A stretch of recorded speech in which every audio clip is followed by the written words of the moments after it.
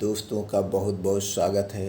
दोस्तों, थायराइड एक महामारी का रूप ले रही है या बहुत तेज़ी से फैल रही है। यह दोस्तों छोटे छोटे बच्चों को अपना शिकार बना रही। आखिर थायराइड इतनी तेज़ी से क्यों बढ़ रही है? इतनी तेज़ी से क्यों बढ़ रही है? आज के वीडियो में दोस्तों इसी पे डिस्कस करेंगे। इसलिए मित्रों, ये वीडियो मिस मत करना। और जैसे आप लोगों ने थंबनेल पे देखा है, थायराइड में भूल से भी ना खाएं ये चीज़ें। जी हाँ दोस्तों, अगर आपको थायराइड से बचना है या अगर आपको थायराइड है तो दोस्तों ये चीज़ें भूल के मत खाइए। अगर थायराइड की बीमारी में इन चीज़ों को खाएंगे तो आपकी थायराइड बीमारी कभी ठीक नहीं होगी और आप लंबे समय तक यानी पूरी ज़िंदगी थायराइड की दवा खाते रहेंगे।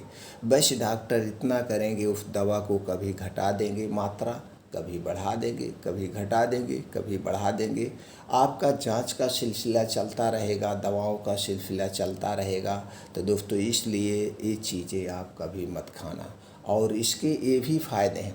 अगर आप दोस्तों इन चीज़ों का सेवन नहीं करेंगे तो आपको थायराइड बीमारी नहीं होगी।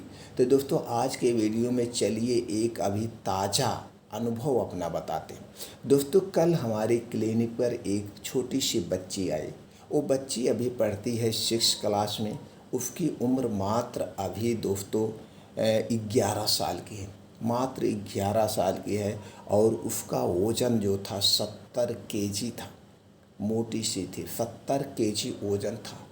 तो दोस्तों जब हम उसके दिनचर्या के बारे में पूछा कि आपकी डाइट क्या है, जब उनका पहले दोस्तों हमने उसको दिनचर्या पूछा तो दिनचर्या जान के हम चौंक गए।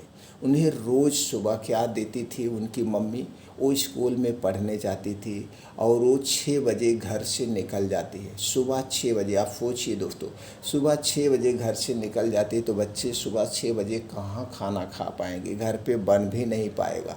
और उनकी मम्मी भी टीचर थी। तो दोस्तों उस बच्ची को उनकी मम्मी क्या खिलाती थी? कभी ब्रेड चाय, कभी बिस्किट दूध, मतलब ब्रेड चाय बिस्किट दूध, ब्रेड चाय बिस्किट दूध, यही उसे रोज़ भरपेट शुरू से खिलाती थी। कब से खिलाती थी? जब वो फर्स्ट से पढ़ने जाती थी तब से 6 क्लास तक, यानी 6 साल तक वो खिलाती गई। और दिन में क्या, फिर उसके बाद क्या देती थी? मतलब रिफ़ाइन तेल में बना हुआ पराठा, रिफ़ाइन तेल में बनी हुई सब्जी, इस सब्जी और पराठा स्कूल के लिए देती थी। दोपहर में जब आती थी तो खाना खाती थी। और दिन में भी कभी पिज्ज़ा, कभी बर्गर, कभी समोसे, कभी नमकीन, कभी चाय, मतलब उसके घर का खाना सही से नहीं होता था। बस यही चीज़ें वो खाती थी, आइसक्रीम, पिज्ज़ा, बर्गर। हमने जान के चौंक गए। और 11 साल की उम्र में भी वो दोस्तों किसकी शिकार हो गई? थायराइड की शिकार हो गई। उसका थायराइड बढ़ा हुआ है, उसका थायराइड बढ़ा हुआ। अब दोस्तों सोचिए, अगर वो एलोपैथिक दवा लेगी, जो थायराइड की दवा आती है, तो डॉक्टर से पूरी ज़िंदगी खाना पड़ेगा, क्योंकि वो परहेज़ कर नहीं पाएगी, परहेज़ कर नहीं पाएगी। अब जब परहेज़ नहीं कर पाएगी तो हमेशा दवाएं खाना पड़ेगा।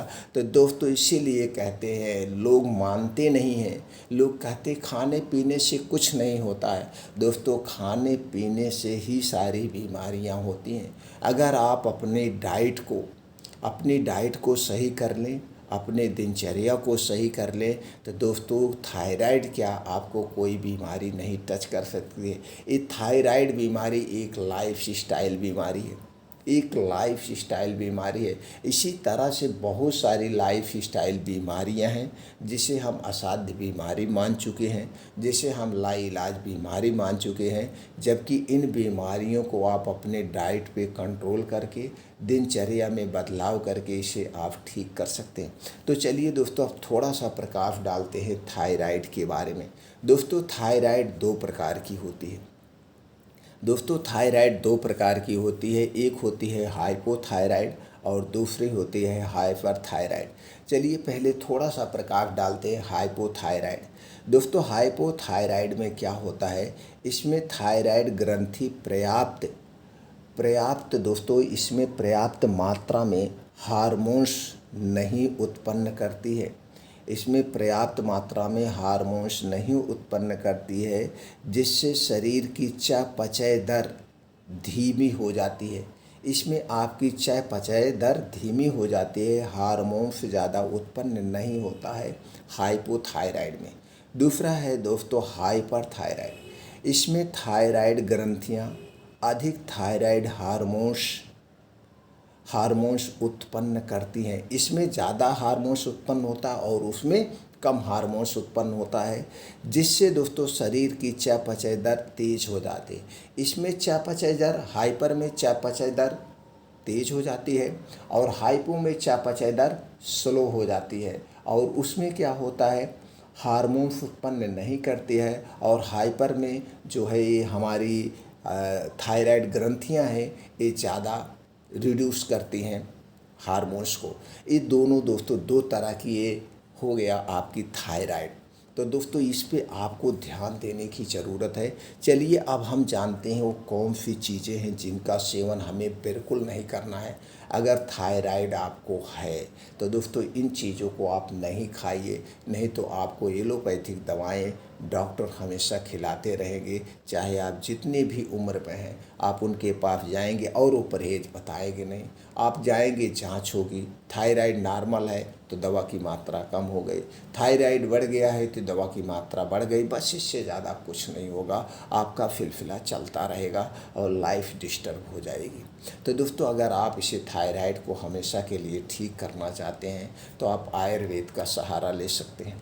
आयुर्वेद का सहारा ले सकते हैं और कुछ ऐसी घरेलू चीज़ें भी हैं, इन्हें अपने डाइट में शामिल करके इसे कंट्रोल भी कर सकते हैं। बिना दवा के कंट्रोल कर सकते हैं, अपने हाथ में है। और यह लाइफ स्टाइल डिजीज़ है, जैसे हमने बताया लाइफ स्टाइल बीमारी है। तो चलिए सबसे पहले जानते हैं क्या क्या आपको नहीं खाना है।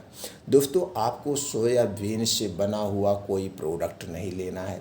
जैसे मार्केट में सोयाबीन सोया चाप बिकता है, सोया चिली बिकता है, सोया के बहुत सारे, सोया टोफू बिकता है, सोयाबीन से बने हुए बहुत प्रोडक्ट बिकते हैं। आपको कोई भी सोयाबीन से बना हुआ प्रोडक्ट नहीं लेना है, नहीं लेना है, ये जान लीजिए। दूसरी चीज़ है दोस्तों आपकी सब्जी में फूल गोभी, बंद गोभी, पत्ता गोभी, शलगम, ये जितनी प्रकार की गोभी होती है इनका सेवन आपको नहीं करना है। इसके साथ साथ दोस्तों और क्या आपको नहीं लेना है जो आज के समय में ज़्यादा लोग खा रहे हैं, और शुरू में हमने बताया उस बच्ची के बारे में।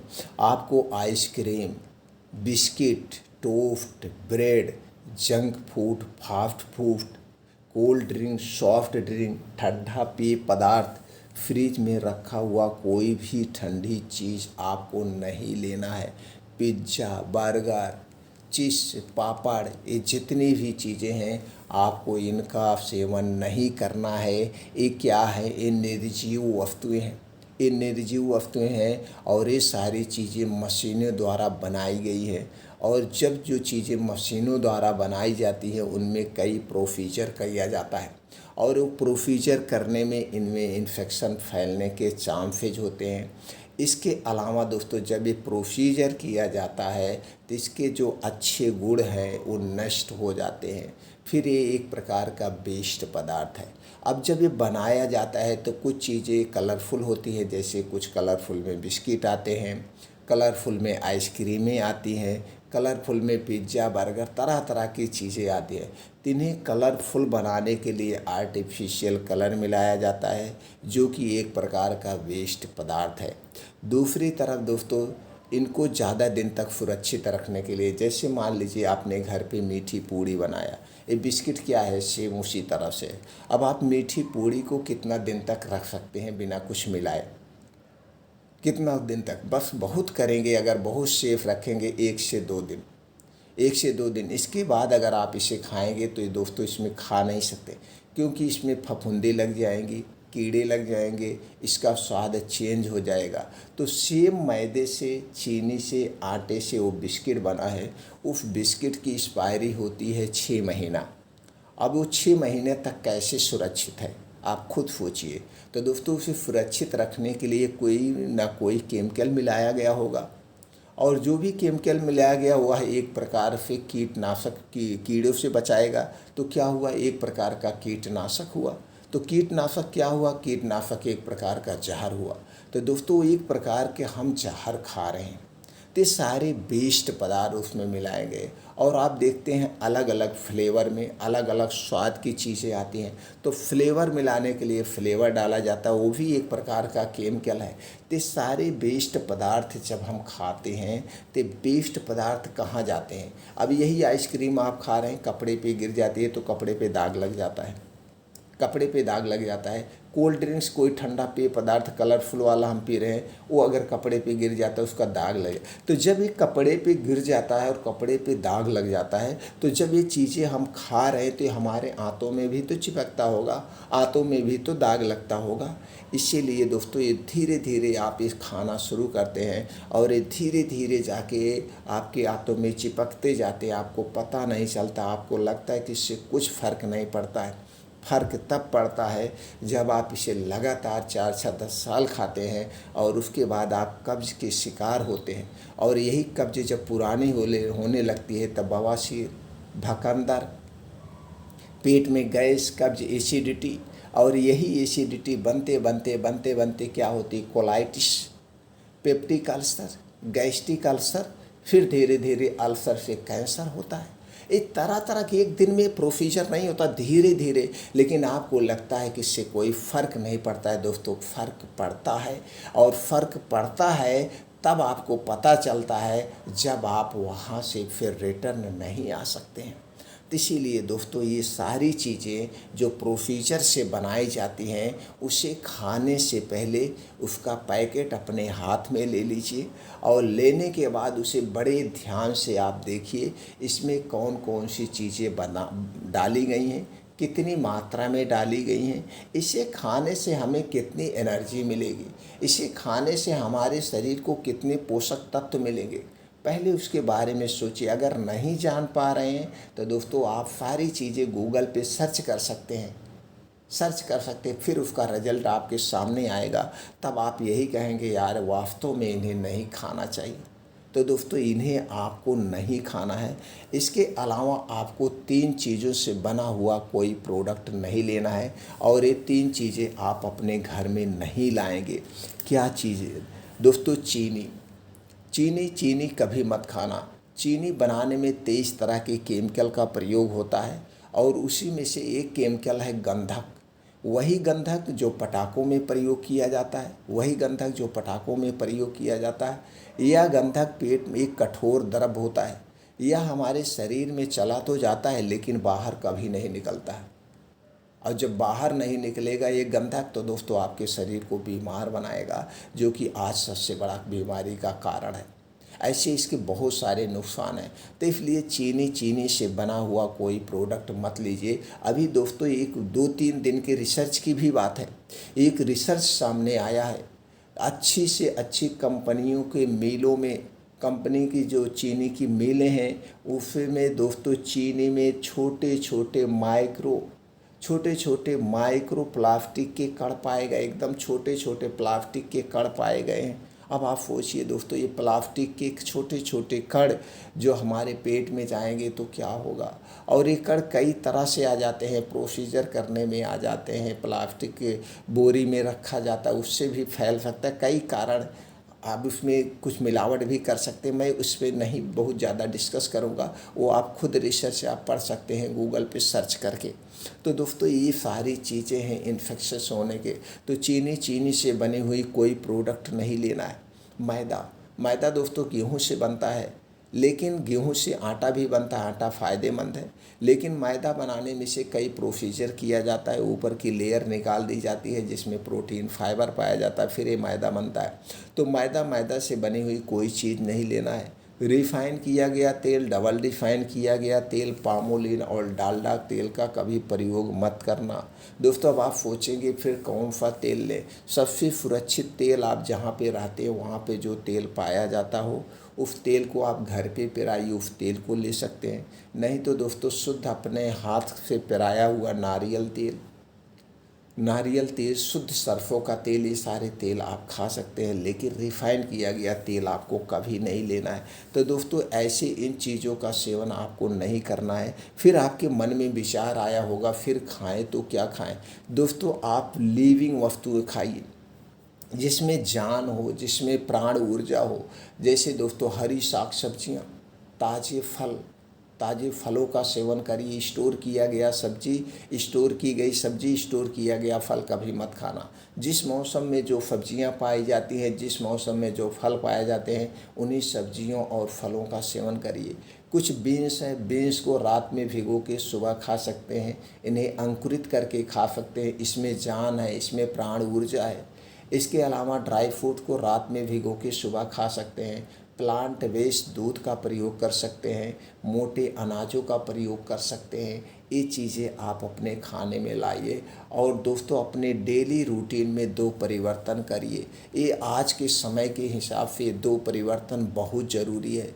अगर आप ये दो परिवर्तन अपने ज़िंदगी में लाते हैं तो दोस्तों हमेशा स्वस्थ और निरोग रहेंगे। पहला परिवर्तन है रात का खाना जल्दी खाएं और सुबह जल्दी उठने का प्रयास करें। जल्दी का मतलब है दोस्तों प्रकृति के टाइम के अनुसार आपको खाना खाना है रात का। प्रकृति का टाइम क्या है? प्रकृति का टाइम है शाम को सूर्य डूबने के 1 घंटे पहले। ये फिक्स टाइम है प्रकृति का, ये दोस्तों निरोगी बनाने वाला टाइम है। सूर्य डूबने के 1 घंटे पहले आप खाना खा लीजिए, चाहे गर्मी हो, ठंडी हो, बारिश हो, जो भी सीज़न है। तो दोस्तों ये एक टाइम फिक्स कर लीजिए, आपको रात का खाना 5 से 6 बजे के बीच खाना है। अगले दिन कब खाना है? अगले दिन 10 से 11 बजे के बीच खाना है। तो यहाँ पे 16 घंटे का डेली आपका उपवास हो गया और यही 16 घंटे का उपवास आपके शरीर को स्वस्थ और निरोग बना के रखेगा आपका। अब आप सोचेंगे यार ये सब कुछ नहीं होता, बहुत कुछ होता। दोस्तों आप 3 महीने करके तो देखिए, 3 महीने इस टाइम खाना खा के तो देखिए, आप देखिए कैसे आपके शरीर में बदलाव आएगा। आपका शरीर अपने आप को खुद निरोगी बना लेगा। ये पहला बदलाव आप लाइए। रात का खाना शाम को 5 से 6 बजे और दोस्तों सुबह का खाना 10 से 11 बजे के बीच, यानी 16 घंटे डेली आप अपने पेट को खाली रखिए। और दूसरा बदलाव क्या करना है? किसी भी कीमत पर, चाहे जो भी सीज़न हो, ठंडी गर्मी कितनी भी बड़ी ठंडी क्यों ना पड़े, दोस्तों सुबह आप 4 से 5 बजे उठ जाइए। उठने के बाद डायरेक्ट किचन में जाइए, 2 से 3 गिलास गुनगुना पानी करिए, बैठ के आराम से सिप सिप करके पानी को पीजिए। थोड़ा सा अपने घर में छत पे टहलिए। इसके बाद फ्रेश हो करके दोस्तों 5 बजे घर छोड़ दीजिए।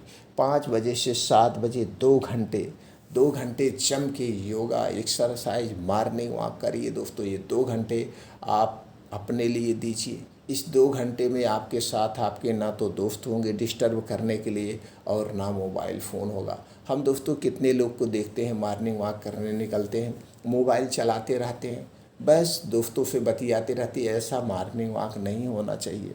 मॉर्निंग वॉक का मतलब 1 सेकंड में 1 कदम, 1 मिनट में 60 से 70 कदम पड़ने चाहिए। और जब आप इस हिसाब से मॉर्निंग वॉक करेंगे, ना तो आप मोबाइल चला पाएंगे, ना तो दोस्तों से बातें कर पाएंगे। ऐसे आपको मॉर्निंग वॉक करना है। और दोस्तों आपको खाने में क्या करना है, 70% आपकी जो डाइट होगी वो लिविंग वस्तुओं की होगी जैसे हमने बताया। 20% अपने पेट को पानी से भर के रखिए, खाली रखिए। और 10% ही निर्जीव यानी नॉन लिविंग वस्तुओं का सेवन करिए।